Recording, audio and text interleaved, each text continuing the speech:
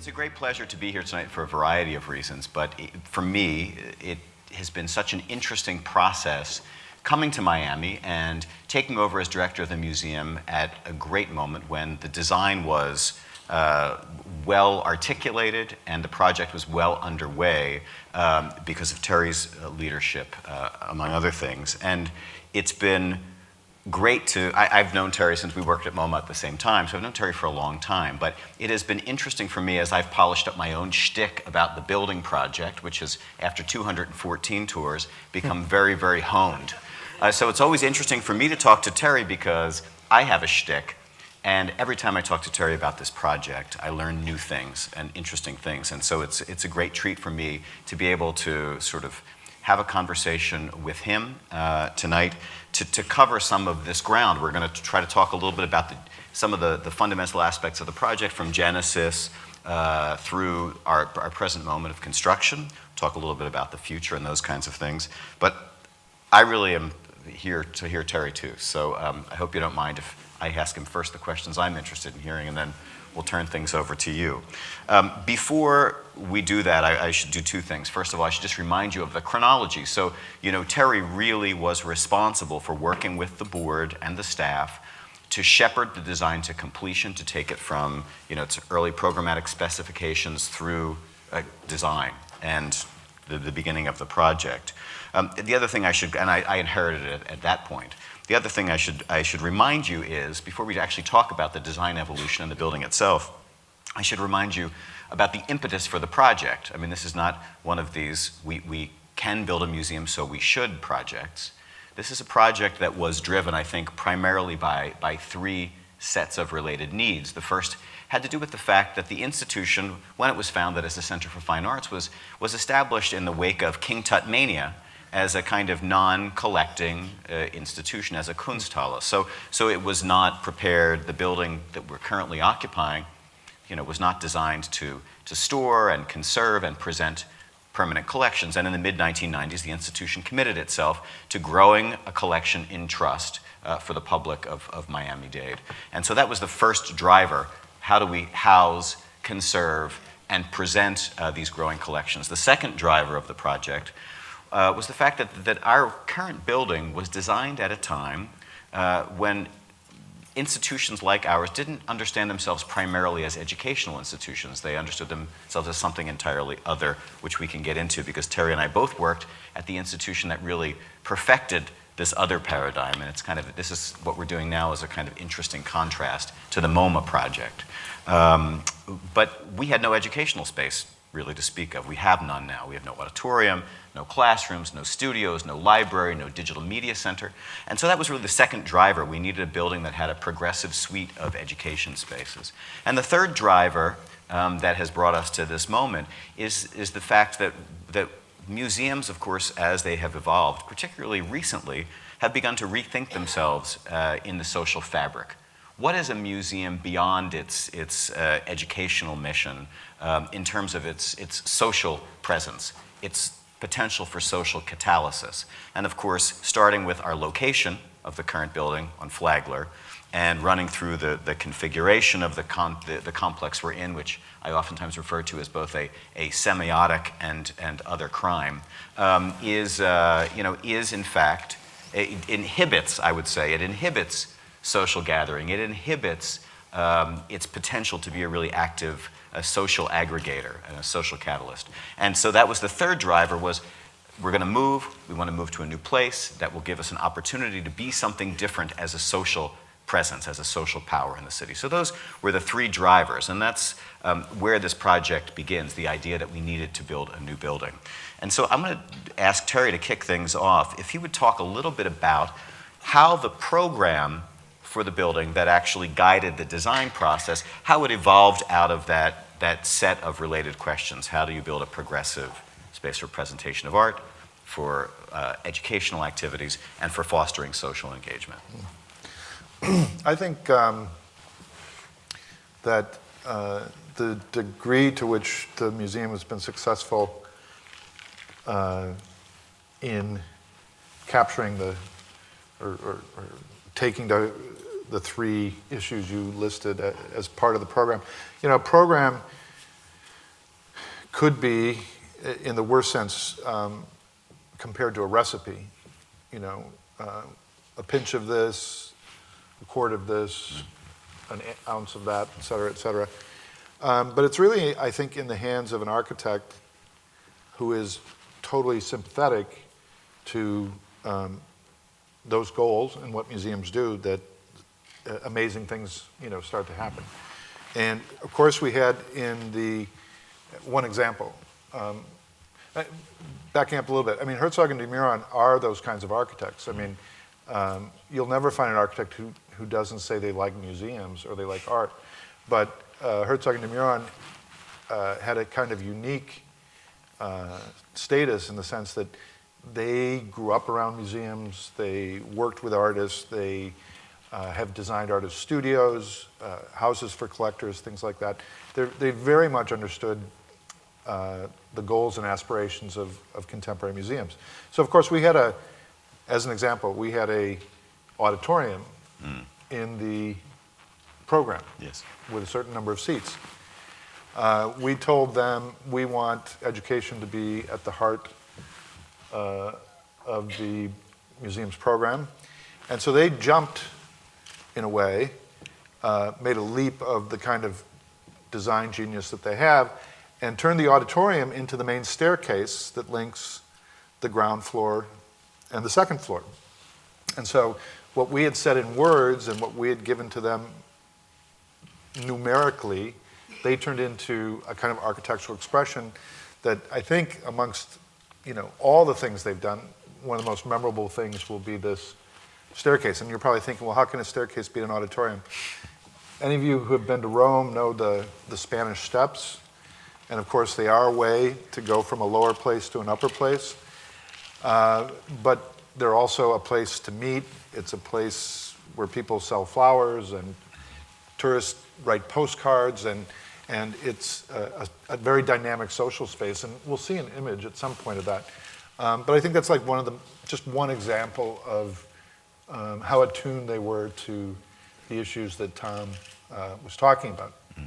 Well, they have designed quite a few museums. Yeah, when I worked for MoMA, virtually 90% of the money that was raised was private money.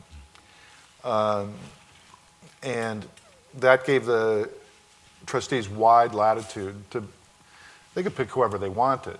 They could pick someone very young and untested. They didn't have to worry about the sort of media reaction, is this a star sort of thing. And but by virtue of the fact that half the money for the building was coming from the public, I was sort of put into the position where, I just thought, and the trustees thought it was very important that the architect be apparent to the public as someone who has experience, and that this is not a case of the trustees deciding we're going to do something untested. Herzog and de Meuron rose to the top principally because they not only had experience, but they had this kind of Swiss precision about how they do things. But they also had, and I think I've come to realize it's an equally Swiss thing. Don't forget, Dada started in Switzerland. Lenin lived in Switzerland. They have all these rules, right? And by having all these rules, they also often provoke a kind of incredible sense of innovation. Yes. And all of you have seen the building so far. I think it's a demonstration that they've absolutely done that. They absolutely solved the program, absolutely did everything that we requested, and did it on time and on budget and in a very responsible way. They have been superb. They've just been great at that level. If you think about HDM's work, there is no signature look, right? There's no signature style, unlike a Gehry or a Zaha Hadid, whose work is generally very recognizable aesthetically and so forth. And I, having worked in a Zaha Hadid building, it was her first building that she did in the United States, and it was a museum building.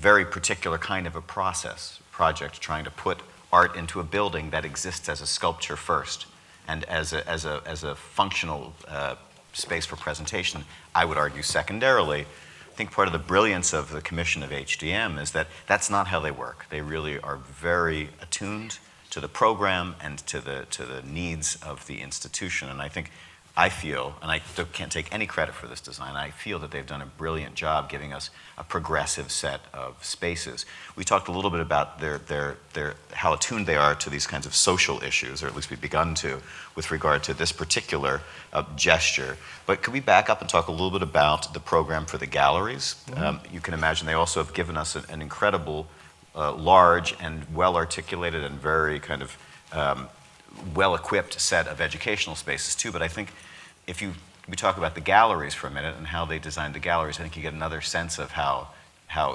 sensitive they are to the needs of the institution and to the potentials of an exhibition space. Do you want to talk a little bit about that?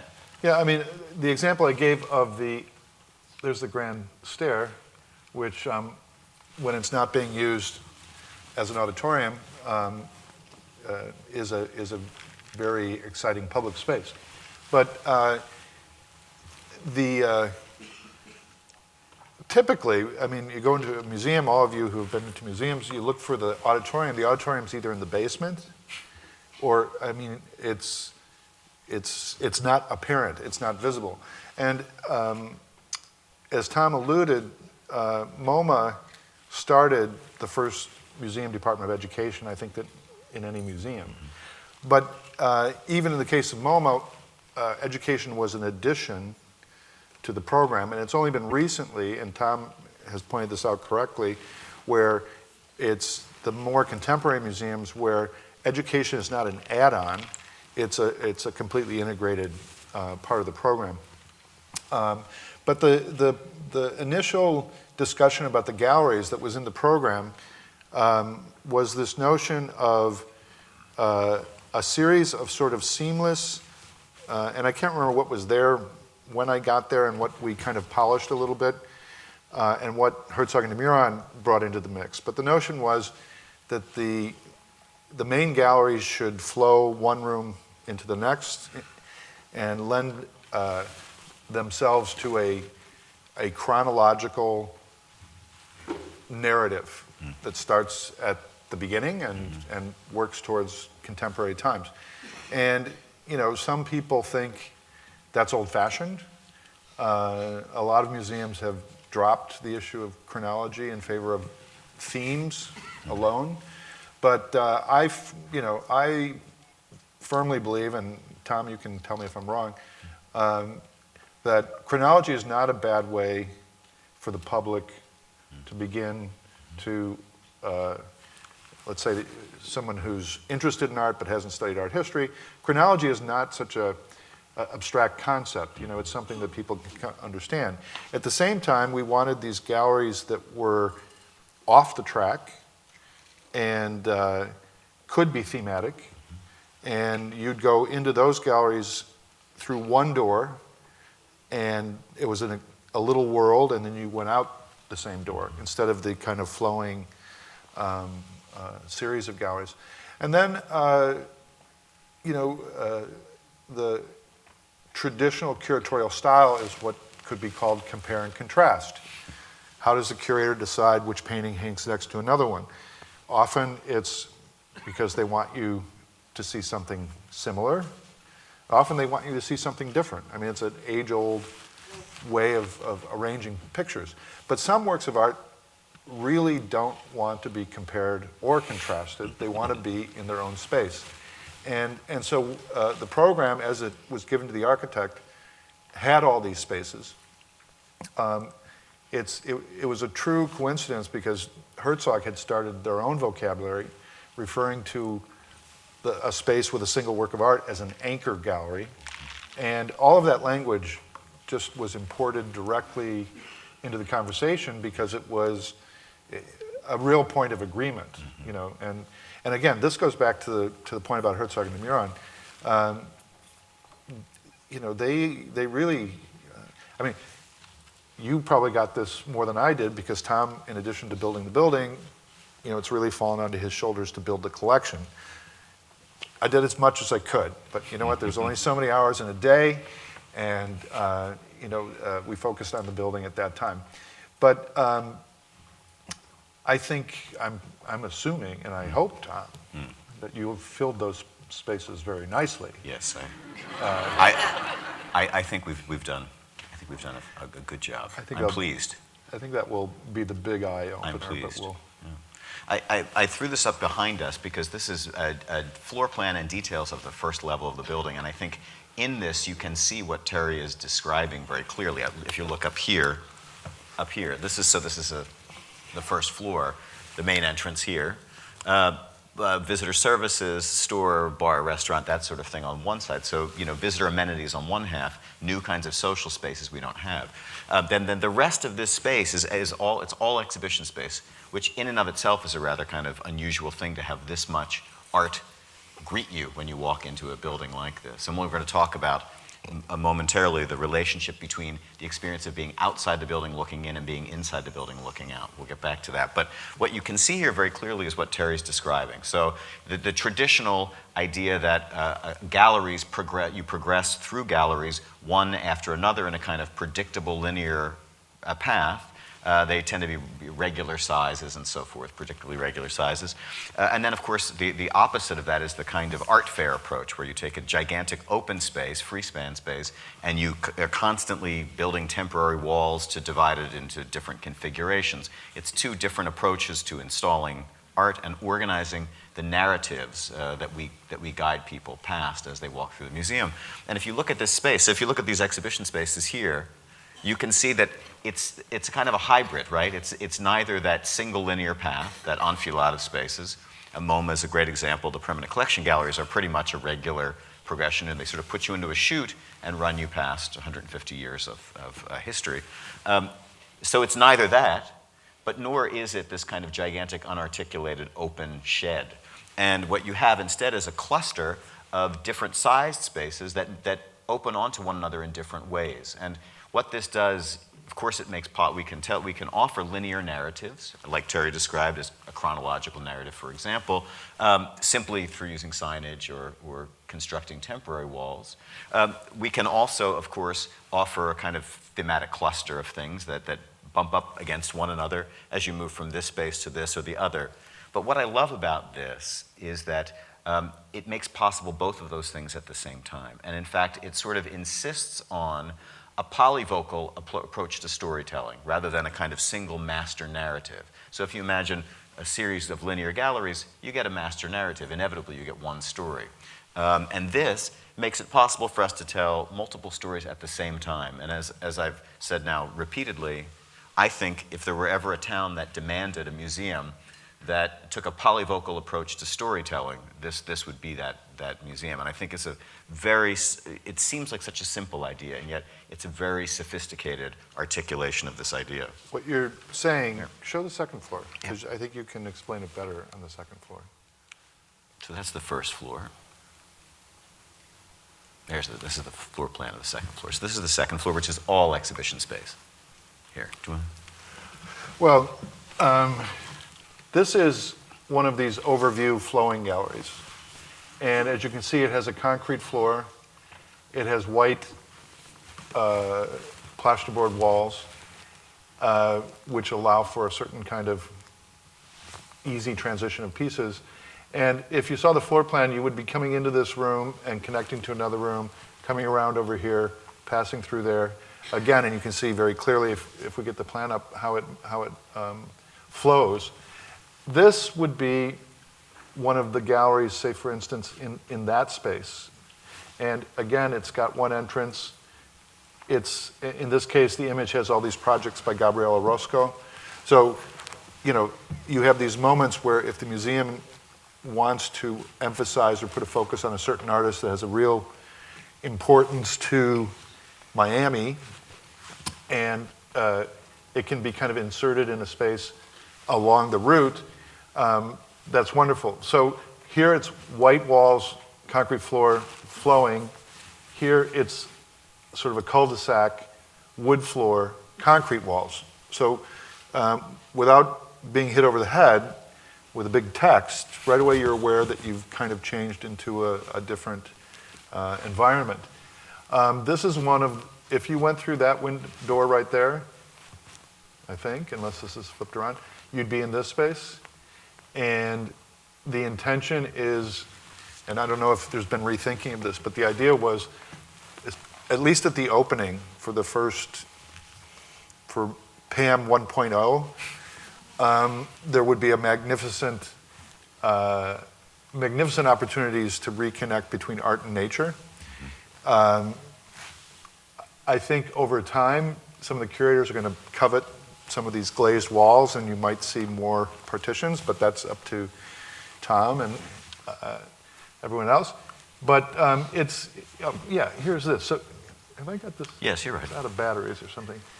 Is it working? Here, You take them through the... I think you just blinded me in one eye, but yes. Okay, you just... So this space is this space here in the corner. Can you see the blinking light? This is that space. And then Terry, the glaze space Terry's talking about is right next to it. So these are the flowing overview spaces. You can But see show how you go from the stair past through well, the the galleries. battery is actually dying. So past education. Okay. So. And then the other thing is that that whole business about not separating education from the galleries. Not only do you go through the auditorium, what is in effect auditorium, which may have video showing, and you may just decide, I'm going to sit here for a while and watch videos. Or if the curtains are closed, because there is an acoustic curtain, you might peek in and there'd be a lecture going on, and you might say you want to stay there. In addition to that, there's two major education spaces that are embedded in the route as you go through the museum, and it's not treating education as something you have to go to another place to participate in. So there's one here, for example, this space. Can you see, on the far side of this diagram? I'm sorry, we lost our laser pointer. But on the far side of that diagram, there are actually seating spaces, classroom spaces that are woven into the fabric of the galleries. So you run right into them as you're moving around. There's no separation on that second floor.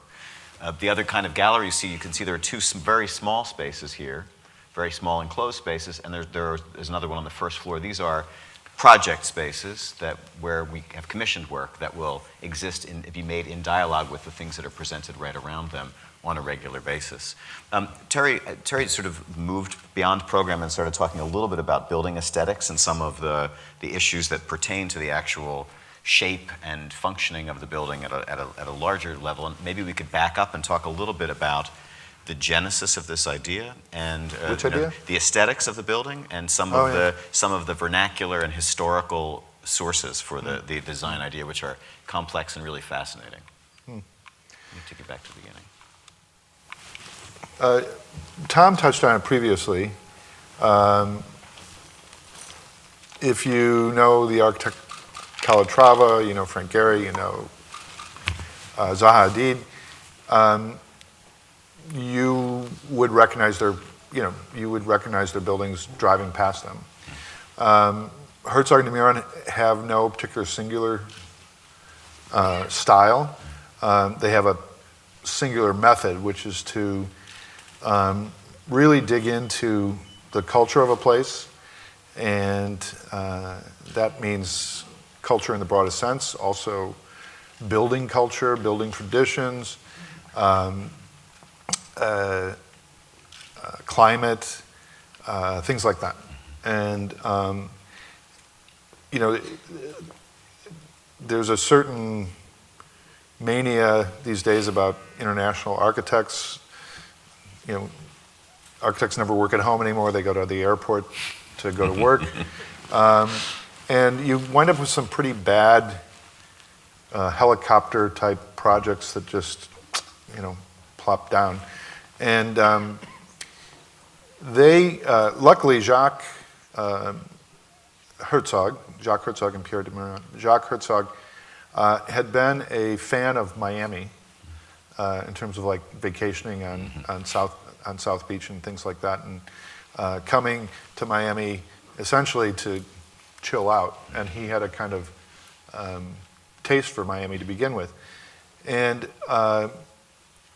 a couple of things about this design that I think come from that is his awareness that in Florida, to the extent that it has historical architecture. And I'm not talking about 1980, you know, I'm talking about the early part of this century, things that happened in the 19th century. Florida was a wooden architecture place. This was not a place of marble, limestone monuments. It was an architecture of piers, and if you ever saw the causeways that used to connect the islands, those were these massive wooden structures. And when they presented this scheme to the trustees, they referred to it as petrified wood. And they were looking for a language of architecture that actually kind of fossilized the characteristics of wood architecture, meaning long, slender, plank-like pieces, and made it more monumental in the process. And of course, this was like a kind of wonderful, I remember the trustees and myself just loving this discussion. This was, such a beautiful way to talk about it. And so the canopies have this, wooden kind of character, but of course they're in this very monumental scale. When the architects brought their first presentation, and those of you that have this book, Work in Progress, I mean, if you look at the first pages where it just showed all of their very playful styrofoam models, before it was this fully developed, it looked a lot like Mies van der Rohe's Neue Nationale Gallery with these big columns and this overarching roof. And it had a very classical kind of feeling to it. And I remember talking to Beth Dunlop, who, since she writes for the Herald, I'm always very friendly with her, but I kind of guarded and don't want to be too forward with her. And I timidly offered the observation, it seems like everyone likes the design. This was after we showed it at the Lincoln Theater. She said, of course everyone likes it. The classicists think it's classical, the modernists think it's modern, and the regionalists think it's regional. And I don't think that was their intention, but I think it's a very interesting example of how quickly they got under the skin of Miami. Yes. They talked about a couple of things besides the wood. Do you have the thing about the Stiltsville? I mean, if you look at the typical Stiltsville structure, of course, we think of these as charming and architecture without architects and, a kind of folk art. They saw these and they were amazed by the kind of notion of an architecture that's this combination of these vertical, unadorned supports and these low and overhung volumes, very horizontal with the big overhangs. And they saw whatever they saw in their head, really than Jacques' sketch. I don't think it's a big leap between those two. He didn't like it when I emphasized Stiltsville, and you better be careful at the I won't opening. do it in front of him. Okay. Because he also said what he was really fascinated by was the banyan trees. And in Switzerland, a tree is a trunk and branches go out. And in Florida, you have these trees where there's not one trunk, but there's many vertical supports and this kind of a canopy that instead of being an object, banyan trees are almost creating spaces. And that's the way, as much as all these architects regret getting on planes all the time to fly around the world to do their work, when you bring somebody in from out of town who hasn't seen everything, they see Stiltsville, they see something else completely. They see a banyan tree, and they see something that you just might not see anymore because you're so familiar with these things. And I think that's been their great success architecturally. There's another issue that I think that we can address looking at this particular image that's related to what you've been discussing. I have now heard repeatedly from architects and historians, people who know a lot more about the history of architecture than I, people say that this building, this approach to design, or this particular design, offers a largely new paradigm for creating public spaces in tropical environments. And I wondered if you could talk a little bit about what they mean. Well, it was very interesting because Andres Duany, the partner in the team of Duany Plato Zarberg, and we've been on the opposite side of this whole issue of modernism versus postmodernism.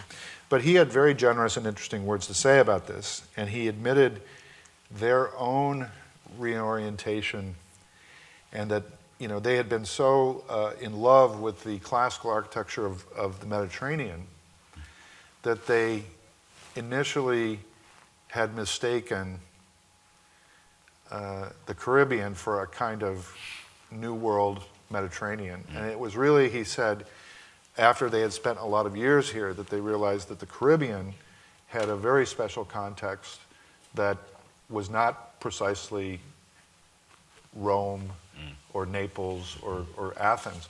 And he saw this as a distinctly Caribbean project. Caribbean meaning our weather and our climate and our building traditions. And that's for a bunch of Swiss guys, that's pretty sensitive. Big accomplishment. Well, I always say they don't like the heat, but they also don't like the air conditioning. So it's a kind of complex, and they tell you about it all the time.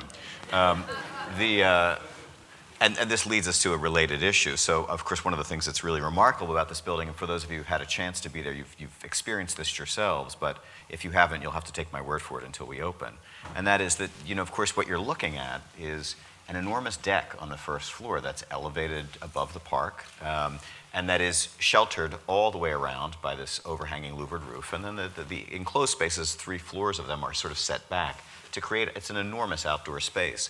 It is remarkably comfortable at the level at which it exists above the water. There is a breeze pattern that keeps it much cooler than the park right outside, and then that in combination with the roof, the louvered roof and so forth. And the planting. And the planting creates a kind of a microclimate, and even though you're outside and have access to nature, it's much more comfortable than standing outside of the envelope of the building. And I'm wondering if you can talk a little bit about this idea that, we talk all the time about the fact that our big competition for attention isn't other cultural institutions, it's the beach.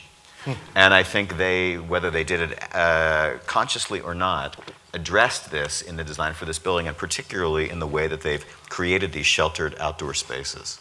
Well, I'm not going to sit here and tell you and Tobias what you need to do in terms of making the museum work, but if I was you, I would go to Miami International Airport and walk around and see how the city of Miami and the city of Miami Beach represent themselves to tourists. And the city of Miami, their favorite photograph is looking across Biscayne Bay to the skyline of high-rises. Message, we're a place for business that's Caribbean, that's set in this lush climate. You look at the city of Miami Beach, and it's nightlife, the beach, youth, etc. Neither of them use culture as an image, which I think is it's just not. I'm not talking my shtick here. Miami, Art Basel did Miami Beach the biggest favor of rebranding Miami Beach, and it didn't cost a nickel, in the sense that Art Basel really told the whole world that Miami Beach is an art destination. And most people who come to Art Basel think that there's art fairs and culture 52 weeks a year. They don't quite understand that it's a hurricane that happens one week.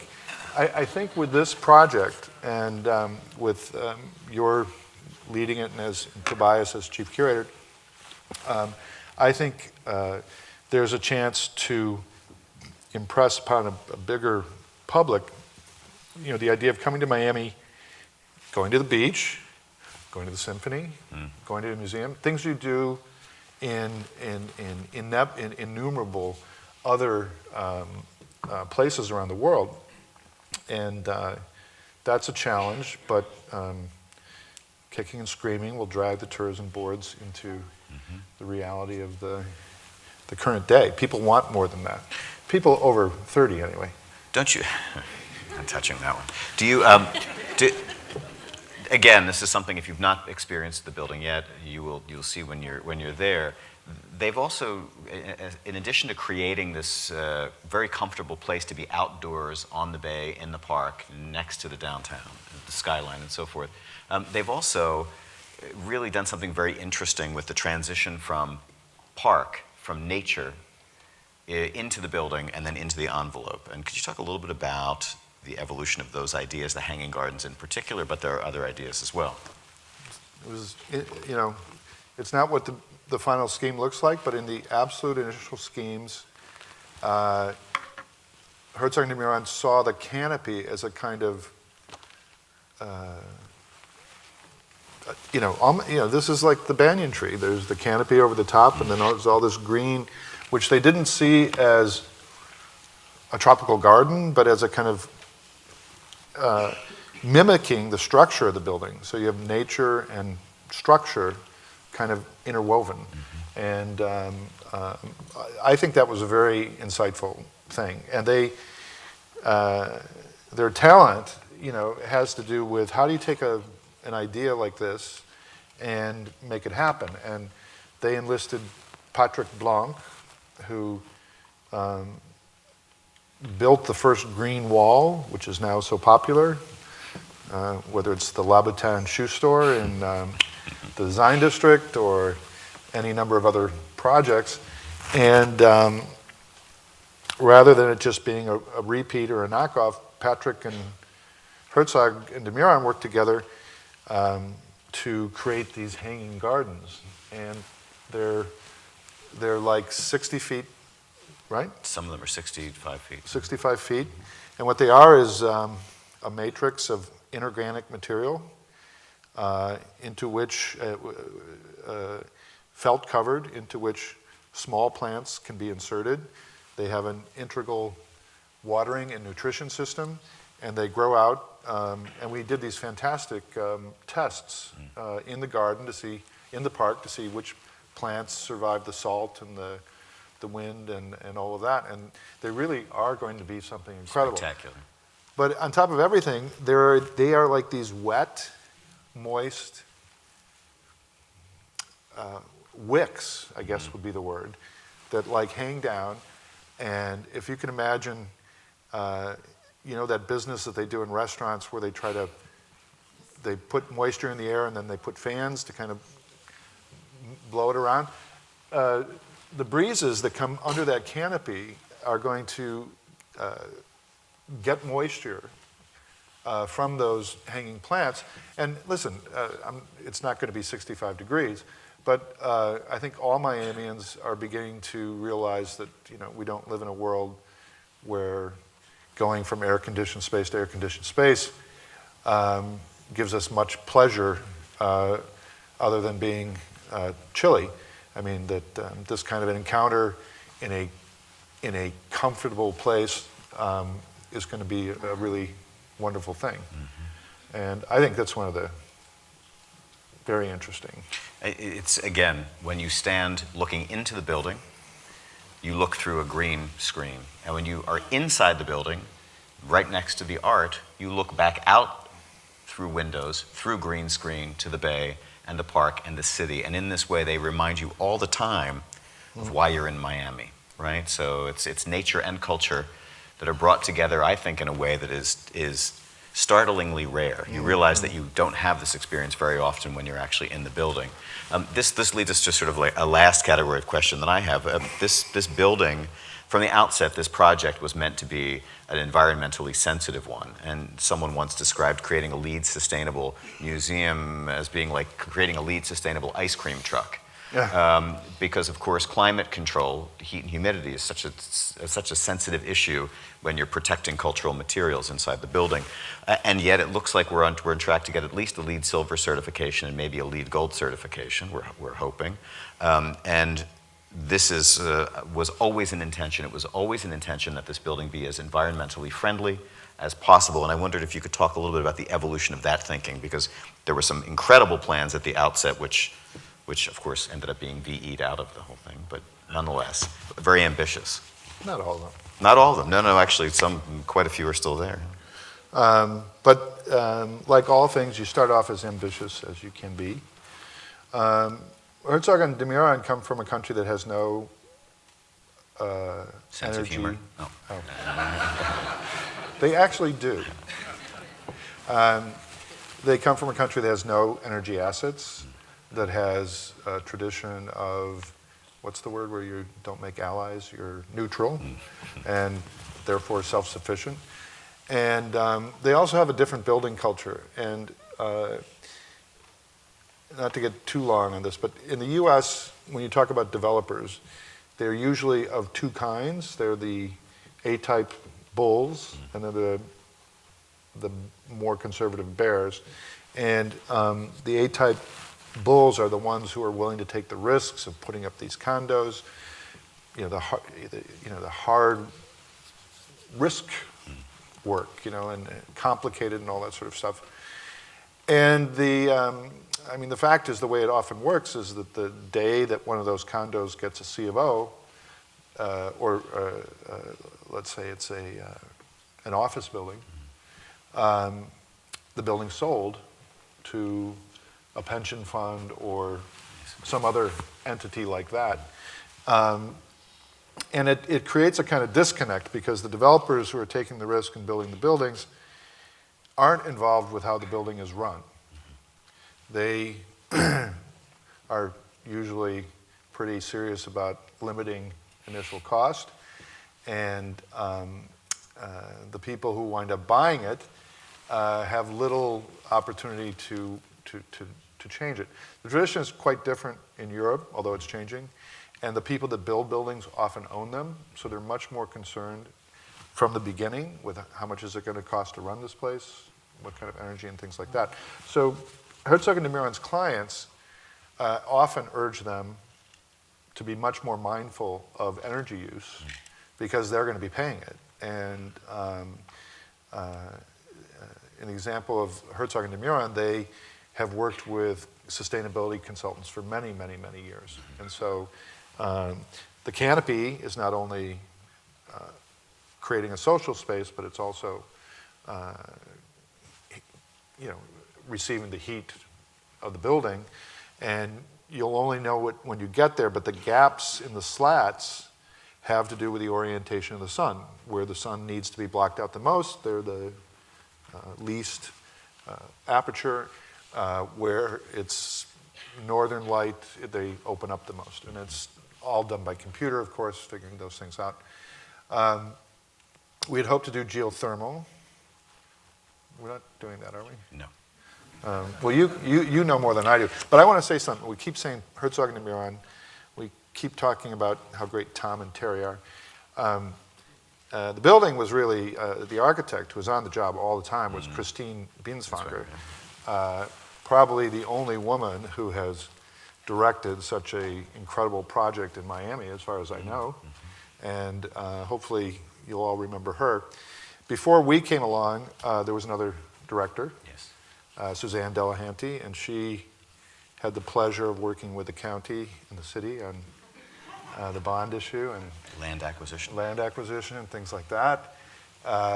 And of course, supported by the trustees, the staff at the museum. Everybody participated in developing the program, spending a lot of time thinking about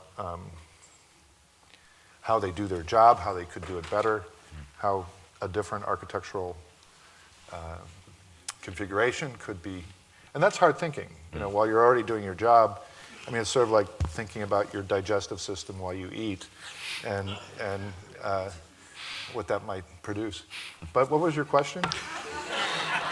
After that, I can barely remember. Oh, no, you're going to talk about the green things. Well, we've talked about geothermal. There was a proposal early on to do geothermal cooling, try to imagine running tens of thousands of gallons of water through an art museum every day, probably not the best idea. So I'm actually a little relieved about that one. But the building itself, obviously, the systems, mechanical systems and so forth, designed to maximize or to minimize our environmental impact. And I think, there are very few LEED certified museums. You can imagine it's quite a complex thing, and I think it's a real achievement. And of course, we're really pulling for the gold. We were aiming for silver. Hopefully, it'll be gold. Before I turn things over to you, I wanted to ask one more, slightly more speculative and philosophical question of Terry that has been asked of me, and I hem and haw, so I'm hoping Terry gives me a good answer. You probably don't know that this is the only freestanding museum building opening in the United States until the Whitney Museum opens in New York in 2015 sometime, which is a huge accomplishment. And here gathered are many of the people that made it happen, and it's something to be very proud of, especially given the fact that this project was launched at the height of the nadir, the economic nadir. So it's a remarkable thing.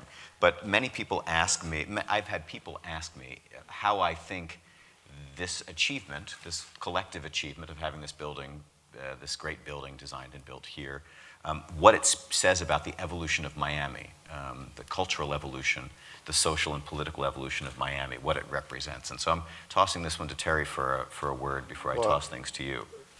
What do you say? This is turnabout in this context is not fair play. Okay. I'm actually going to turn it back to you, and but I would like to put this, and Thom is absolutely correct. The last major museum to open in the U.S. was when Herzog and de Meuron opened in the Hamptons. Oh, I'm sorry, that's right, the Parish. Yeah. The Parish Museum. Mm-hmm. And, but what preceded that, people remember the Millennium? There was like a kind of euphoric moment of a burst of museum building and every other sort of project. And everyone was so excited about the future and to jam the entire 21st century into every project, even though there was still 100 years to go, we saw some very strange birds appearing in this moment. And what I find really interesting is I remember one meeting where we sat down, we were looking at these wonderful little studies that they were working on. And when you look in this book, you'll see some of them are actually more like sculptures, almost like 7 stories tall. And maybe it's just my conservatism, but I was like, why would you build 7 stories tall when you've got this longitudinal, horizontal space, and then you've got to get everybody up 7 stories and all that sort of stuff. And they said, well, we basically agree with you, but we just thought maybe an icon would be what Miami needs. And I realized that was the moment. I said, you guys, relax, don't worry about icons. Because I really felt the moment of the iconic museum that was popular for one day, the day it opened, and it never worked after that. I thought those days were over. I thought that I had an inkling. And thereafter, it really developed along the lines of a horizontal building. And I said, if it's a really great museum, it'll become an icon. Yes. Don't Don't worry about it. And I think they were relieved. I think a lot of their clients were urging them towards more sculptural statements and things like that.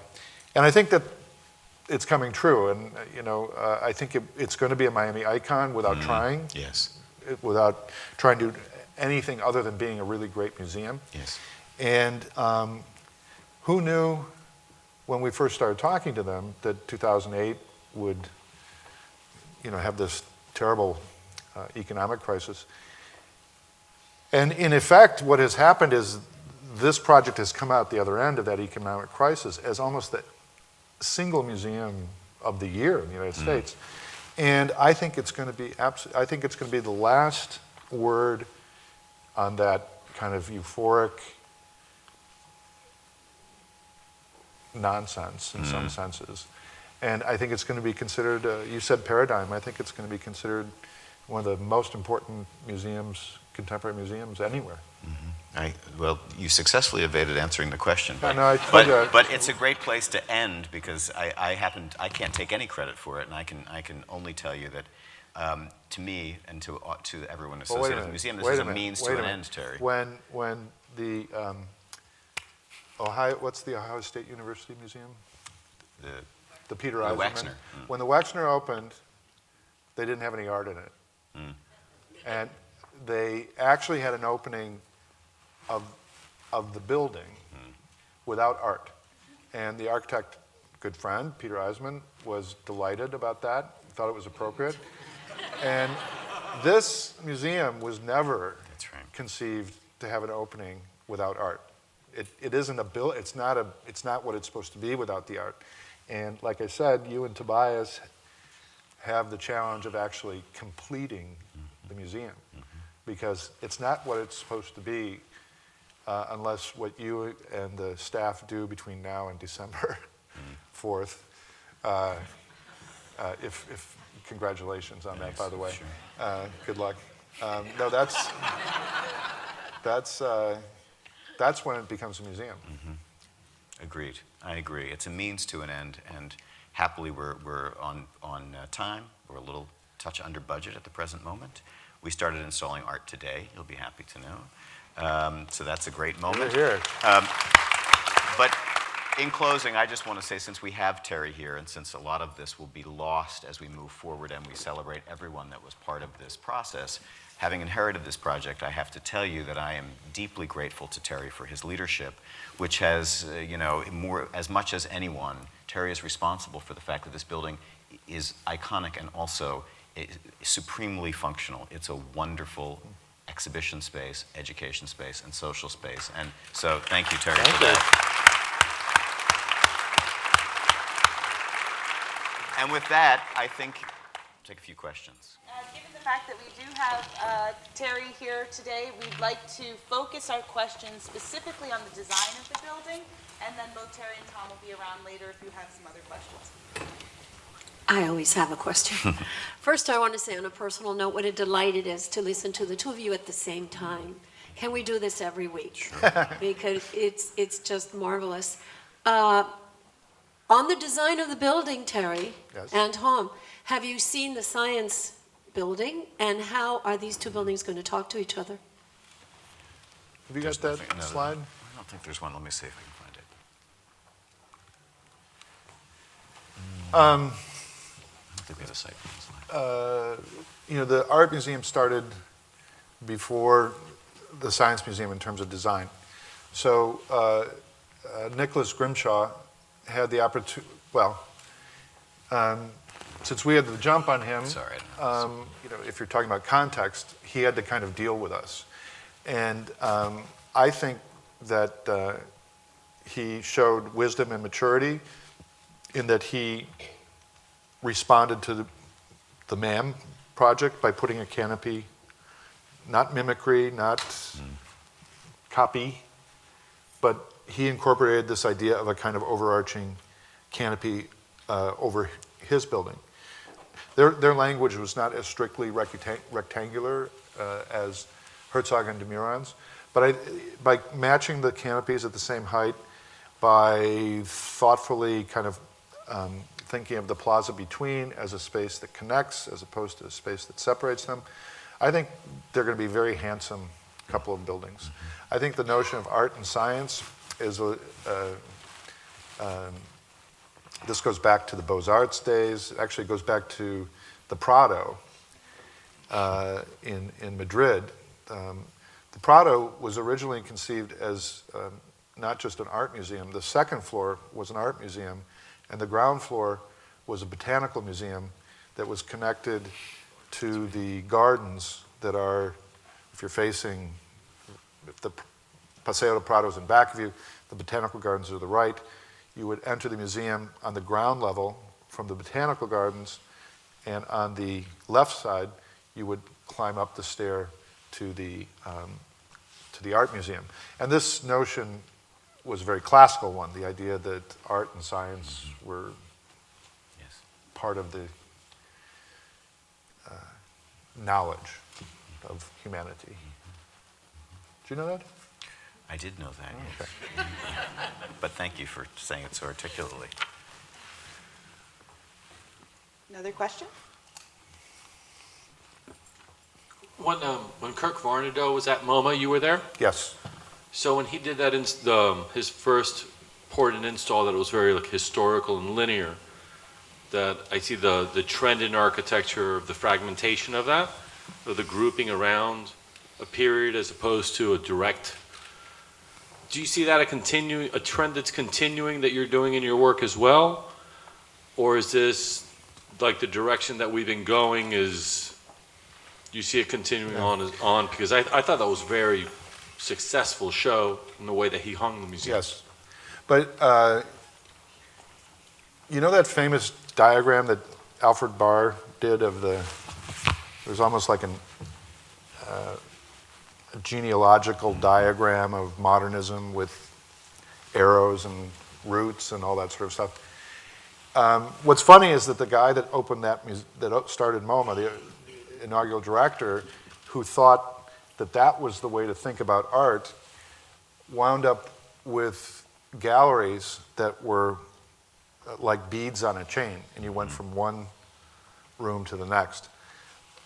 Most of the curators thought that was a terrible restriction, and Kirk Varnado's talent in installing that collection shows it how well he understood how art sits in space.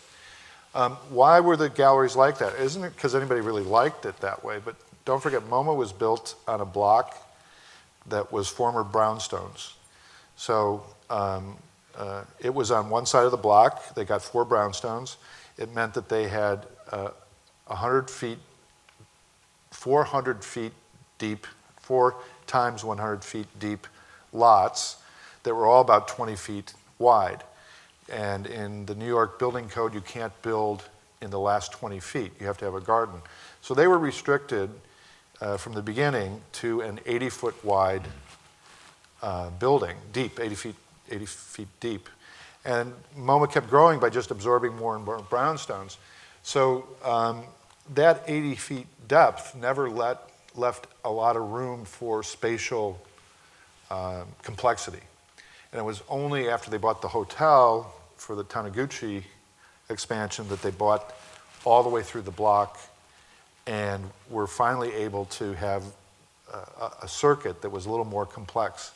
And like one of the anomalies of like if you only have that kind of a circuit and it's only about chronology is MoMA had these fantastic Matisse cutouts that he did very late in his life. And a whole series of them was called the swimming pool. I mean, they were absolutely spectacular. Well, he did those in the 1950s. I think it was the 1950s. Yes. It was So the where do you put them? very end of his life. And if you're doing chronology, you see Matisse and Picasso in these big galleries, nicely hung in the teens and 20s. And then right when you've got Jackson Pollock, Matisse pops up again, you know, and it really demonstrated the limit if you only have this choo-choo train where you go 1, 2, 3, 4, 5 along the way. And just to play devil's advocate, because Why not? I can. If you visit now, you look at the relationship between the paradigm that Alfred Barr articulated and which really persisted for a long time. It's really, I think, really only now being challenged in a very active way at the present moment there. There is clearly a relationship between the articulation of spaces, gallery spaces, and this idea that there is a kind of progressive purification, that is the telos of modernism, is to lead towards ever greater degrees of abstraction and conceptuality. And the galleries, in their linear way, then make it impossible for you to offer, in the context of the galleries themselves, things that are off that argument. So, for example, to this day, American art, before the advent of abstract expressionism, hangs by the restroom and the escalator, because it's hard to explain Marin and Dove and Georgia O'Keeffe and Andrew Wyeth when, according to the bar paradigm, American art doesn't really fit that modernist telos until we arrive at abstract expressionism. So this is precisely what we're speaking about when we talk about the configuration of these galleries allowing for a much more complex approach to storytelling. And I hope you'll see that when you see the way that the curatorial staff has approached installing the permanent collection galleries. Can't wait. Very exciting.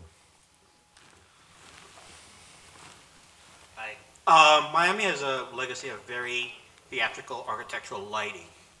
What are the plans for this particular It's a big facility? question. I mean, it's Yeah. on the Doug bay, and it's just like a really spectacular structure. I mean, are you gonna fit it in with sort of the pinks and the colors of the Rickenbacker Causeway, or is it gonna be something else?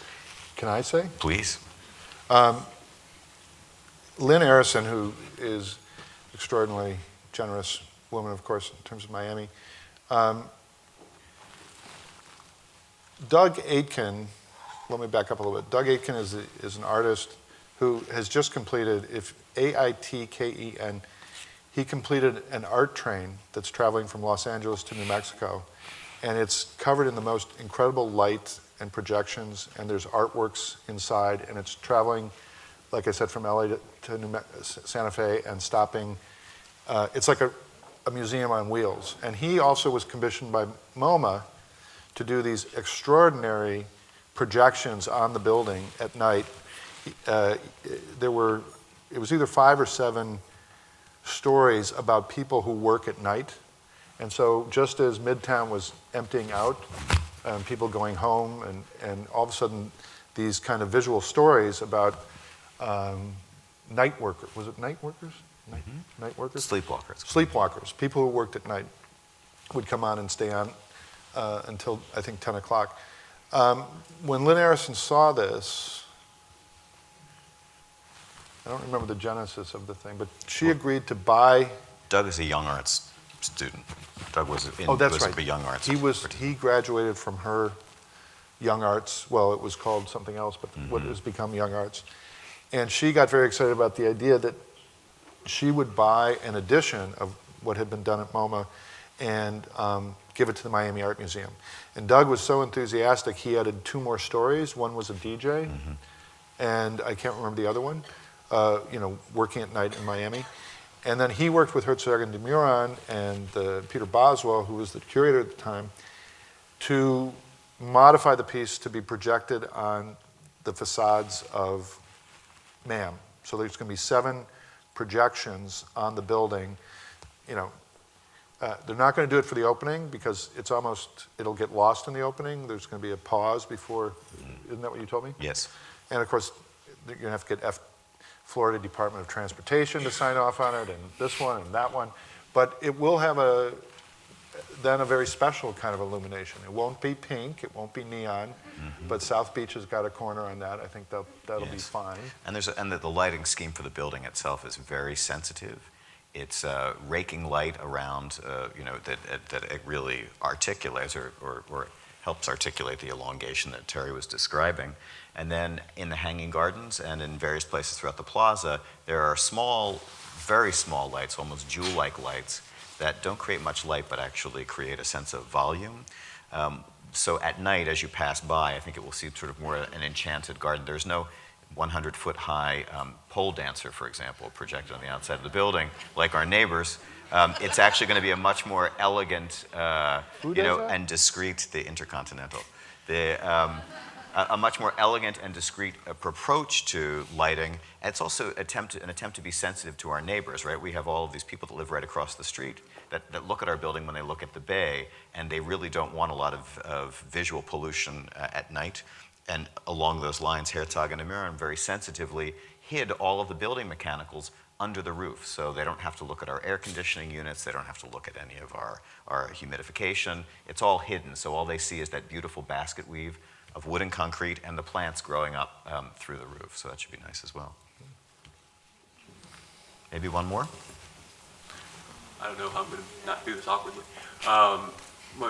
What struck me the most when I first saw the building was that there's an extraordinary amount of glazing on the outside, and I know that that's always a concern for museums. And I was curious, how did they treat that? Was it enough to have the louvered overhang to protect the artwork, or is there concern that there's going to be a lot of direct sunlighting coming into the interior space? Sure. There's a lot of concern. Yeah, that's a great question. The balance to the desire to open the museum to the outdoors and this incredible site. We'll put it this way: a lot of people wonder to this day why the arena was built on the water, when in fact nobody looks outside from an arena. Everybody's looking into the middle of it. If we had thought of the museum as that kind of a bunker museum, it would have went against the kind of social thing we were trying to do, which was to convince people that this was an open institution, that it was open to nature, etc. Thom has got the latest word on this, but we always believed that in PAM 1.1 and PAM 1.2 that some partitions, floating partitions, may be added as the collection grows as well, that would screen out light in particular places. But there is also a very studied look at the canopy and how much light it blocked. And also there are shades. Yes. We have different density roller shades that are mechanized that we can deploy when we need them. The orientation of the building is such that there's never a moment during the day where there's direct sunlight that penetrates into an exhibition space. We get a little in the bar in the morning, which for some people might be startling, but not the conservation problem that it would be if it penetrated the galleries that way. And paintings, most conservators will admit, before the 20th century, if you think of the museums of Europe, these are museums that had daylight. There was no artificial light. If you wanted to see the paintings, you had to have the windows open. So I think the pendulum has swung away from these environments that, quite frankly, if you can imagine yourself inside a Sears refrigerator, with that kind of fluorescent light and this chilly air and no daylight, it's not a great environment to fall in love with art. I mean, it's so conservation is still super high on the list, but I think PAM is pushing the limits of and dealing with daylight thoughtfully. I haven't heard of one donor saying, "Please don't put my work of art in one of those rooms with a view of Biscayne Bay." Yeah, there you go. It's spectacular, really spectacular. I should say that we invite all of you, if you're not currently members of the museum or participating at some level as patrons, to think about that. Our opening private event for our members is Tuesday evening, the 3rd of December, and I hope everyone in this room will be there for that. In the interim, if you have questions about what we're doing, website, please reach out to us directly, and we'll be happy to get you involved in some way. And with that, I want to thank all of you for being here, for your interest, and I want to thank Terry. Well, thank you.